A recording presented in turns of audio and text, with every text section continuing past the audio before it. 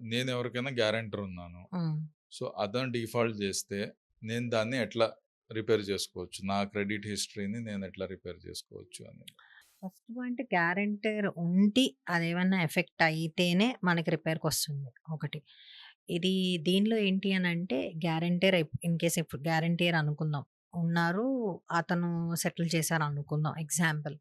Settle చేస్తే మాత్రం definitely ఏదైతే ఓవర్ డ్యూ అమౌంట్ ఉందో, ఆ over due amount mandatory customer clear చేయాల్సిందే. క్లియర్ చేస్తేనే కస్టమర్ క్లియర్ చేయాలి. లేకపోతే మీ సిబిల్ ఎఫెక్ట్ అవుతుంది అనంటే మీరైనా క్లియర్ చేసుకొని, ఆ ఎన్ఓసీ తెచ్చుకున్నాక ఆ ఎన్ఓసీ త్రూ మనం రిపేర్ చేసుకోవాల్సిందే. అక్కడ క్లోజ్డ్ అని రాకపోతే అది డెఫినిట్‌గా మన సిబిల్‌ని ఎఫెక్ట్ చేస్తదండి. చిన్న చిన్న అమౌంట్స్ అనుకోండి. ఇఫ్ ఇన్ కేస్ గ్యారంటీర్‌గా ఉన్నాను. చిన్న అమౌంట్ కస్టమర్ క్లోజ్ చేయలేకపోయాడు. అలాంటి వాటికి ఏమన్నా ఎప్పుడైనా లోన్స్ కోసం మనం వెళ్తే డీవియేషన్ వస్తదేమో. డీవియేషన్ ఇన్ లోన్స్ రిలేటెడ్‌గా చెప్తున్నాను నేను.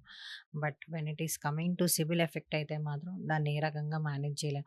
ఇది కాకుండా మీ మెయింటెనెన్స్‌లో ఇంకేమి గనక ఎఫెక్ట్ లేకపోతే గనక అంటే ఎగ్జాంపుల్ మీకింకా చాలా లోన్స్ ఉన్నాయి. సొంత సొంత సిబిల్ అకౌంట్స్. లోన్స్ ఉన్నాయి.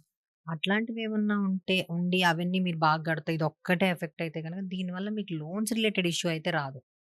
ఎందుకంటే బ్యాంక్ కన్సిడరేషన్‌లో గూడా సెల్ఫ్ ఇండివిడ్యువల్ నా పేరు మీద ఉందా? లేకపోతే గ్యారంటీర్ పేరు మీద ఉందా? ఈ 2 డిఫరెన్స్ తెలుస్తది కాబట్టి సిబిల్‌లో.